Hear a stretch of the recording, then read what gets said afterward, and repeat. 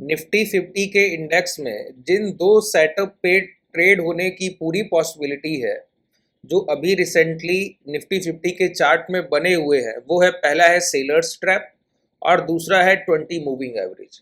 20 moving average पर अभी recently एक वीक पहले हम लोगों ने 20 एमएमए का एक सेशन किया था। उसका वीडियो आपको अभी इस यूट्यूब चैनल पे मिल जाएगा। इस सेशन को कंप्लीट देखने के बाद उसको देखिएगा। कुछ पार्ट मैं उसका यहाँ भी कवर करूँगा। सबसे पहले समझिए कि सेलर्स ट्रैप किस तरीके से रिसेंट मार्केट में कल के सेशन के लिए हमारे लिए बहुत ज़रूरी है। अगर आप आवरली टाइम फ्रेम पे निफ्टी 50 के आए तो आपको एक चीज़ बहुत कॉमन दिखेगी। पहले ये समझते हैं सेलर्स और बायर्स ट्रैप होता क्या है। देखिए, सेलर्स ट्रैप क्या होता है ना, कि जब कोई प्राइस कंसोलिडेट कर रहा है, ठीक है, तो कंसोलिडेशन के टाइम पर रिटेलर्स इंटरेस्ट लूज कर देते हैं। वो वेट करते हैं कि प्राइस किसी ट्रेंडिंग फेज में जाए। अगर कोई प्राइस एक साइडवेज है तो हम उसमें इंटरेस्टेड नहीं है, ना तो बाइंग के लिए ना सेलिंग के लिए। तो बायर और सेलर्स अपनी अपॉर्चुनिटी का वेट कर रहे होते हैं कि उनको कोई ट्रिगर प्राइस मिले। ट्रिगर प्राइस क्या होगा?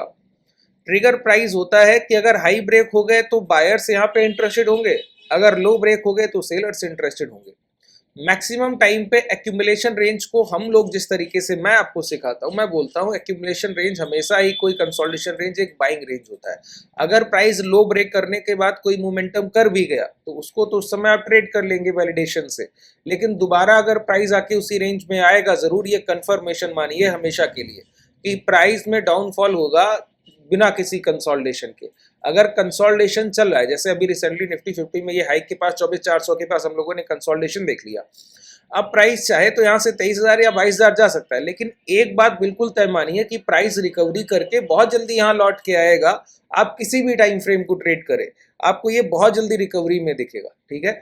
इसी तरीके से जब प्राइस एक कंसोलिडेशन कर रहा होता है और अपने लो ब्रेक करेगा तो सेलर्स वहां पे क्या होंगे? इंटरेस्टेड होंगे शॉर्ट सेलिंग के लिए। तो ये प्राइस कंसोलिडेट कर रहा है, रिटेलर्स यहाँ इंटरेस्टेड नहीं है, लेकिन प्राइस ने लो ब्रेक कर दिया। अब लो ब्रेक करने के टाइम पर क्या हुआ बताइए? जब ये लो ब्रेक हो गए तो ऐसे टाइम पे सेलर्स यहाँ पे इंटरेस्टेड हुए शॉर्ट सेलिंग के लिए कि बेचेंगे बेचेंगे, उन्होंने वहाँ अपना क्वांटिटी एग्जीक्यूट किया। अच्छा, एक बात बताइए, अगर आप यहाँ शॉर्ट सेल करेंगे तो आपके एसएल एरिया क्या होंगे? पहला एसएल एरिया होगा रेंज के अंदर, तो सबसे पहले एसएल हंटिंग ये हुआ। दूसरा एसएल एरिया होगा कि प्राइस जहां कंसोलिडेट कर रहा था अगर उस रेंज तक पहुंच गया तो दूसरा एसएल एरिया ये रेंज हुआ, ये भी एसएल हंट हो गया। तीसरा जो सबसे स्ट्रांग होता है स्टॉप लॉस, की प्राइस का क्लोजिंग बेसिस का एसएल रखिए रेंज के अबव, वो भी हिट कर दिया। तो जिन लोगों ने यहाँ शॉर्ट किया था उन सब के स्टॉप लॉस यहाँ यहाँ यहाँ हिट हो गए। अब कौन से सेलर्स ऐसे रह गए होंगे जिनके पास अभी भी क्वांटिटी रखा होगा शॉर्ट सेलिंग का? वो लोग होंगे जो बाजार में बिल्कुल नए हैं और स्टॉप लॉस ना लगाकर भगवान के भरोसे रहते हैं, भगवान से दुआ मांगते हैं कि प्राइस दोबारा से रिवर्स होकर उनको प्रॉफिट दे दे, ठीक है।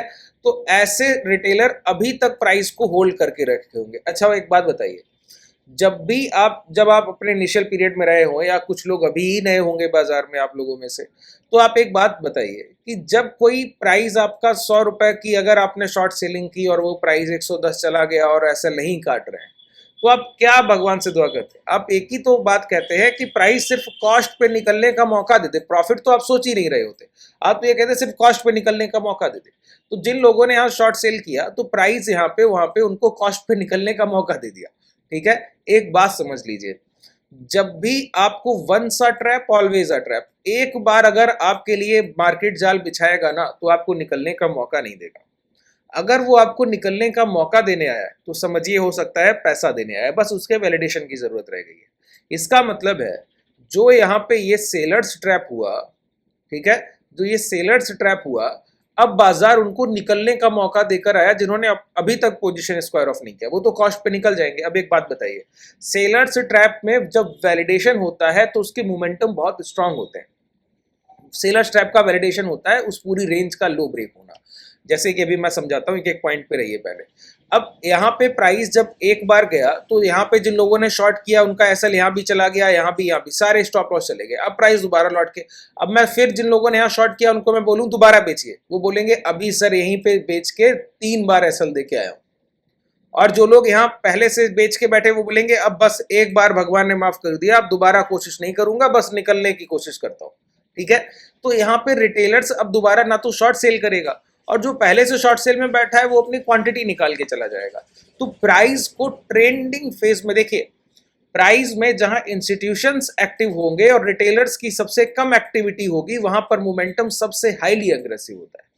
ठीक है, तो यहाँ पे रिटेलर्स आप देख रहे हैं, रिटेलर्स ट्रैप बनाया गया, सारे रिटेलर्स ट्रैप कर लिए गए, अब जो बचे उनको भी एग्जिट करने का मौका मिल रहा है, वो भी निकल जाएंगे। तो और कौन से ऐसे रिटेलर हैं जो पार्टिसिपेशन करेंगे? वो जो स्मार्ट रिटेलर है बस, उसके अलावा कोई नहीं। तो इसका एग्जीक्यूशन कैसे होता है? जब भी इस तरीके का सेलर्स ट्रैप बने, उसका एग्जीक्यूशन होता है उस पूरी रेंज का लो ब्रेक होने पे। जैसे ये 24,847 आपके लिए है, और ये इसका जो हाई है इस कैंडल का, ये है 24,946। तो मैं आपको बोल दूं, अगर प्राइस कल के सेशन में ये 23,847 और 23,946, ये 100 पॉइंट का रेंज है। अगर कल के सेशन में प्राइस कॉस्ट की ओपनिंग करे, देखिए ट्रेंडिंग मोमेंटम इंट्राडे में इंडेक्स में कब आता है? जब प्राइस की ओपनिंग प्रीवियस डे की क्लोजिंग के पास होगी। जैसे कि कल के सेशन में, अगर आपको फ्राइडे का सेशन याद हो, हम लोग एक्सट्रीम नेगेटिव सेंटीमेंट को ट्रेड कर रहे थे, उसके बावजूद प्राइस ने क्या किया ना, 24,150 से सीधा ओपन हुआ 23,935। ठीक है, तो इतना बड़ा जब आप देखिए, अब 24,150 का बाजार, वो भी 100 पॉइंट एडजस्टमेंट करके 270 की क्लोजिंग दिया था, और गिरता हुआ प्राइस अगर 270 की क्लोजिंग दिया, हम वेट कर रहे थे कि हमको यहाँ 300 के आसपास बेचने का मौका मिले। आप हमको मॉर्निंग में दे रहे हैं 23,900 का प्राइस, तो कहाँ 24,300 और कहाँ 23,900, 400 पॉइंट नीचे हम इंटरेस्टेड होंगे शॉर्ट सेलिंग में? नहीं होंगे। तो जब हम प्राइस में इंटरेस्टेड ही नहीं है बेचने के लिए, तो प्राइस फिर गिरेगा कैसे? है ना? तो इंटरेस्ट बहुत काम करता है मार्केट में। तो यही चीज, कॉस्ट की ओपनिंग हो और उसके बाद प्राइस अपने डे लो ब्रेक कर दे। कॉस्ट की ओपनिंग के बाद ऐसा नहीं होना चाहिए कि गैप डाउन कर देगा। अगर गैप डाउन कर दिया ना, तो समझिएगा कि प्राइस अगर पहली कैंडल आके अंदर क्लोज किया 5 या 10 मिनट का और उसके हाई ब्रेक हो गए, तो लॉन्ग के लिए जाएंगे। पता है क्यों? जो मैंने आपको शुरुआत में बताया कि रिसेंटली हम लोग 20 मूविंग एवरेज पर भी ट्रेड कर रहे हैं। ठीक है, एक ये सेलर्स ट्रैप और दूसरा 20 मूविंग एवरेज। अगर ये सेलर्स ट्रैप का वैलिडेशन नहीं हुआ कि प्राइस ने 23,850 का ब्रेक नहीं किया, तो प्राइस दोबारा लौट के इस हाई के अबव जाएगा, तो हम लॉन्ग के लिए जाएंगे, क्योंकि सेलर्स को निकलने का मौका मिल गया। अब बायर्स यहाँ पे एक बार, वो भी बायर्स भी देखे, जो जिन लोगों ने लॉन्ग किया वो इस रेंज के ऊपर किया, वो भी यहाँ ट्रैप है। ठीक है, तो ये पूरा ट्रैपिंग रेंज है बायर सेलर का, इस बात को समझिए। तो प्राइस दोबारा अगर इस रेंज में जाएगा, तो हम दोबारा बाई ऑन डिप पे चले जाएंगे। तो हमारे अभी रिसेंटली ट्रेड प्लान क्या है, उन पे बात करते हैं। अगर प्राइस कॉस्ट की ओपनिंग के बाद, बहुत एक लाइन को ध्यान से सुनिएगा, आपके लिए कल ये वर्डिंग जो है, ये गोल्डिंग वर्डिंग साबित होगी लाइव मार्केट में, आप चाहे ट्रेड करके देख लीजिएगा। इसके अलावा ये मार्केट किसी भी दूसरे और सेंटिमेंट को ट्रेड नहीं कर सकता, ये मैं आपको दावे से बोल सकता हूं। देखिए, सबसे पहला जो बात है कि प्राइस की अगर कॉस्ट की ओपनिंग होने के बाद फिर प्राइस अगर ये लो ब्रेक करे, और जिस कैंडल से ये डे लो यानी कि फ्राइडे का लो ब्रेक होगा, 5-10 मिनट की कैंडल होनी चाहिए।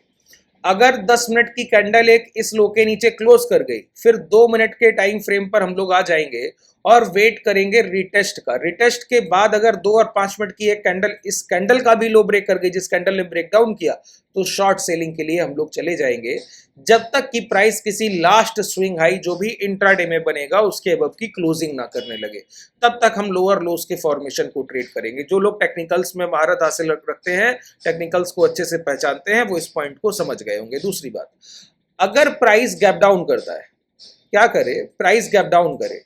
अगर प्राइस गैप डाउन करेगा तो क्या होगा पता है? मैंने आपको एक सेटअप बताया था 20 मूविंग एवरेज, उसमें मैंने आपको बताया था कि कोई भी प्राइस अगर बाइंग में होगा तो सबसे पहले उसका कंफर्मेशन 20 का औसत करेगा, 20 का moving average daily time frame पर। तो 20 का moving average daily time frame पर क्या कंफर्मेशन करेगा कि प्राइस और एवरेज के बीच में जो मेजर डिस्टेंस है वो बढ़ते जाता है।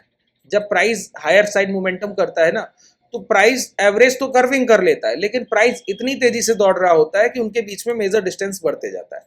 तो प्राइस कभी ना कभी चल के एवरेज के पास आएगा, या तो एवरेज कभी ना कभी चल के प्राइस के पास जाएगा। ये हमेशा ध्यान रखिए, बाई नेचर है। औसत और भाव एक दूसरे को पकड़ के ही चलते हैं। ठीक है, कभी ऐसा नहीं होगा कि एवरेज प्राइस से दूर है और प्राइस एवरेज से दूर। ठीक है। अगर दोनों के बीच मेजर डिस्टेंस है तो वहां वेट कीजिए, या तो एवरेज को जाने दीजिए प्राइस के पास, या तो प्राइस आएगा एवरेज के पास। अच्छा, अगर प्राइस एवरेज के पास आएगा तो उसको हम बोलते हैं प्राइस वाइज करेक्शन, कि एवरेज प्राइस के बीच मेजर डिफरेंस है, प्राइस एवरेज के पास आया तो मैंने आपको बोला इंपैक्ट ऑफ सेलिंग की वजह से प्राइस इसके नीचे भी आ सकता है, फिर जाके इसके अब अगर क्लोज करने लगे तो लो, ठीक है। दूसरी बात, कभी कभी प्राइस एवरेज के पास नहीं आता, एवरेज प्राइस के पास जाता है, इसको हम बोलते हैं टाइम वाइज करेक्शन। कि जैसे रिसेंटली जो आप निफ्टी 50 में देख रहे हैं ना, अगर यहां से करेक्शन की शुरुआत होती तो एवरेज के पास प्राइस आता, लेकिन प्राइस तो यही रुका रहा, तो एवरेज चल के आया है प्राइस के पास। मैं आपको दिखाऊं डेली टाइम फ्रेम पे 20 मूविंग एवरेज, एक बार देखिए आपको बहुत अच्छे से क्लैरिटी मिल जाएगी।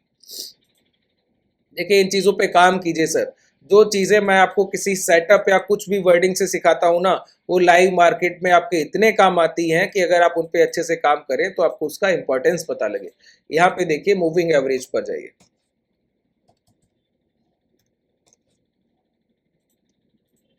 ये मूविंग एवरेज हम यहाँ 20 का यूज करेंगे, 20 का मूविंग एवरेज सिंपल। देखिए तो क्या हुआ, आप अगर गौर कर पाए तो जब ये प्राइस यहाँ पहुंचा था मोमेंटम करते हुए, तब हम कहाँ थे एवरेज में, यहाँ 23,300 थे, और इतने सेशन से प्राइस यही कंसोलिडेट कर रहा है, तो एवरेज कहां तक पहुंच गया देखिए ट्रेड करते हुए, 23,940 तक पहुंच गया। 700 पॉइंट एवरेज ने बढ़त ले ली, कर्विंग में भी चेंज नहीं किया, ठीक है। देखिए तो प्राइस एवरेज के पास नहीं है, एवरेज चल के गया प्राइस के पास। तो प्राइस किस करेक्शन में था, टाइम वाइज करेक्शन में था। अगर आप देखें तो 22 अप्रैल से लेके अभी रिसेंटली 9 मई, आज का दिन 11 मई हो गया, तो आप सोचिए कि कितने नंबर ऑफ ट्रेडिंग सेशन हम लोगों ने सिर्फ कंसोलिडेट किया, 3 3 6 3 9 3 12 1 13 दिन हो गया सिर्फ कंसोलिडेशन, टाइम वाइज करेक्शन इसको बोलते हैं। 13 दिन में प्राइस ये भी कर सकता था कि प्राइस गिर के आता, इसके नीचे आता, फिर रिकवरी करके यहाँ पहुंच जाता, ये प्राइस वाइज करेक्शन, समय उतना ही लगता है दोनों में, टाइम में मेजर डिफरेंस नहीं होता, ठीक है। अगर मंथली और वीकली टाइम फ्रेम पर टाइम वाइज करेक्शन किसी प्राइस में मिलता है, उसको हम स्ट्रॉन्ग करेक्शन फेज बोलते हैं, अगर वहां से कोई भी ब्रेकआउट मिल जाए। तो वही चीज मैं आपको बता रहा हूं कि कल के सेशन में अगर कॉस्ट की ओपनिंग हुई और आज के डेलो ब्रेक हो गए, तो ये सेलर्स के लिए वैलिडेशन होगा। फिर हम इंट्राडे में जब तक किसी भी लास्ट स्विंग हाई 5 मिनट के अबव प्राइस नहीं आ जाता, तब तक सेल ऑन राइज में रहेंगे, क्योंकि प्रीवियस डे लो भी ब्रेक हो गया और जो सप्लाई रेंज है उसका भी वैलिडेशन हो गया। तो स्विंग लो के नीचे हम लोग शॉर्ट सेलिंग के लिए निकल जाएंगे जब तक कि प्राइस रिवर्स नहीं करता तब तक। लेकिन अगर प्राइस कल के सेशन में कोई गैप डाउन करे, या पहली ही कैंडल आके इस पूरे 5 मिनट की कैंडल जाके डायरेक्टली इसको ब्रेक करने की कोशिश करे या गैप डाउन करे, तो ऐसे टाइम पे क्या होगा जब प्राइस डायरेक्टली इसको गैप डाउन करके, तो देखिए जो सेलर्स है इंटरेस्टेड है इस रेंज में, जैसे यहां हम लोग इंटरेस्टेड थे 24,270 की रेंज में, मौका नहीं मिला, डायरेक्ट प्राइस 23,900 खुल गया, तो हम लोगों ने शॉर्ट सेलिंग किया ही नहीं, प्राइस जो डे लो लगाया उसको ब्रेक ही नहीं कर पाया। देखिए इंट्राडे में जो डे लो लगाया उसको तो हम ब्रेक ही नहीं कर पाए, क्या ब्रेक कर पाए इसको, नहीं, वही कंसोलिडेट फिर करते हुए क्लोज किया है ना। तो वही मैं आपको समझा रहा हूं। तो प्राइस ओपन होने के बाद ये जो डे लो है, प्राइस गैप डाउन करे, मैं आपको बताऊं डेली टाइम फ्रेम पे अच्छे से समझ आएगा, एक एक पॉइंट को बहुत अच्छे से क्लियर किया कीजिए, ठीक है। प्राइस गैप डाउन करे और गैप डाउन के बाद रिटेलर जो है वो अपना इंटरेस्ट खो देगा ऐसे प्राइस में short selling, fresh short selling के लिए।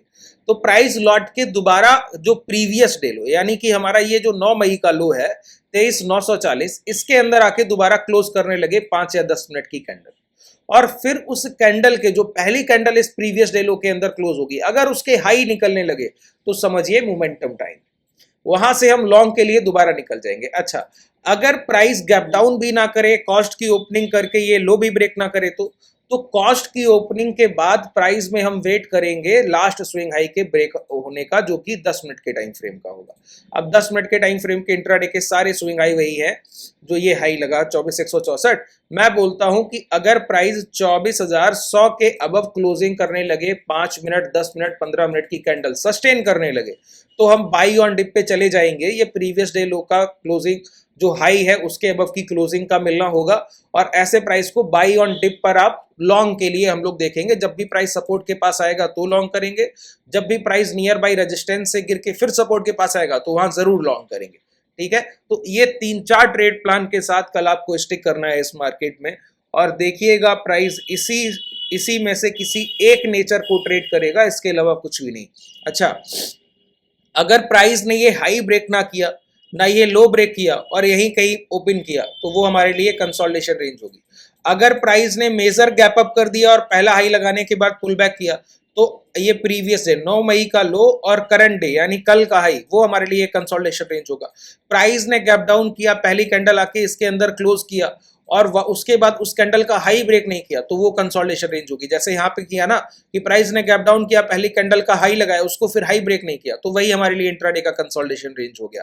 तो साइडवेज मार्केट का ये देखिए, एज अ ट्रेडर हमारी जिम्मेदारी बस इतनी ही है कि हम मार्केट की जितनी कंडीशंस हो सके उन सब पे अपनी नजर बनाए रखें, और जब डिसीजन मेकिंग का टाइम आए तो वहीं कोई डिसीजन ले जहां ट्रेड करने लायक मौका हो। अब कल अगर मार्केट गैप डाउन करके इस तरीके से पहली कैंडल अंदर बड़ी क्लोज कर दे, फिर उसका लॉन्ग ना हाई ना निकाले और इस तरीके से कैंडल साइज छोटे करने लगे, तो हम समझ जाएंगे साइडवेज मार्केट है। हाई लो मार्क करेंगे, एट द मनी का कॉल पुट बेचकर स्ट्रेडल डिप्लॉय करेंगे और बैठे रहेंगे।